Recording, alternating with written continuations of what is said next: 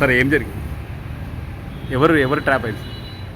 యాక్చువల్గా నారాయణపేట మండలం మద్దూరు మండలం చెందిన ఒక వ్యక్తి ఇక్కడ మర్లు మహబూబ్ నగర్లో ఒక షాప్ పెట్టుకోవడానికి జిఎస్టీ లైసెన్స్ గురించి మీ సేవలో అప్లై చేసుకొని చేసుకోవడం జరిగింది. చేసుకున్న తర్వాత అతను 17th రోజు అప్లై చేసుకుంటే 22nd రోజు ఈ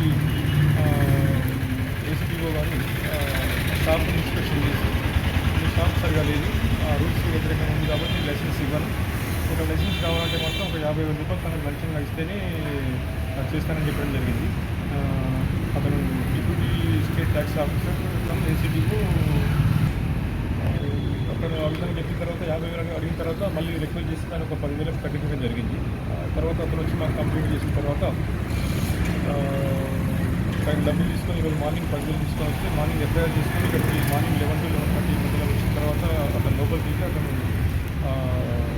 డిప్యూటీ స్టేట్ ట్యాక్స్ ఆఫీసర్ గారు 10,000 రూపాయలు తీసుకొని లైసెన్స్ సాయంత్రం కానీ రేపు మార్నింగ్ కానీ ఇస్తానని చెప్పడం జరిగింది. దాంట్లో అతను బయటకు వచ్చి మాకు చెప్పిన తర్వాత మేము ఇమీడియట్గా లోపలికి వెళ్ళి రైడ్ చేసి అతను పట్టుకుని అతని దగ్గర నుంచి 10,000 రూపాయలని రికవర్ చేసుకోవడం జరిగింది. ఇన్వెస్టిగేషన్ నడుస్తుంది. కంప్లీట్ అయిన తర్వాత రేపు స్పెషల్ కోర్టు ఏసీబీ నాంపల్లిలో ప్రొడ్యూస్ చేస్తాం.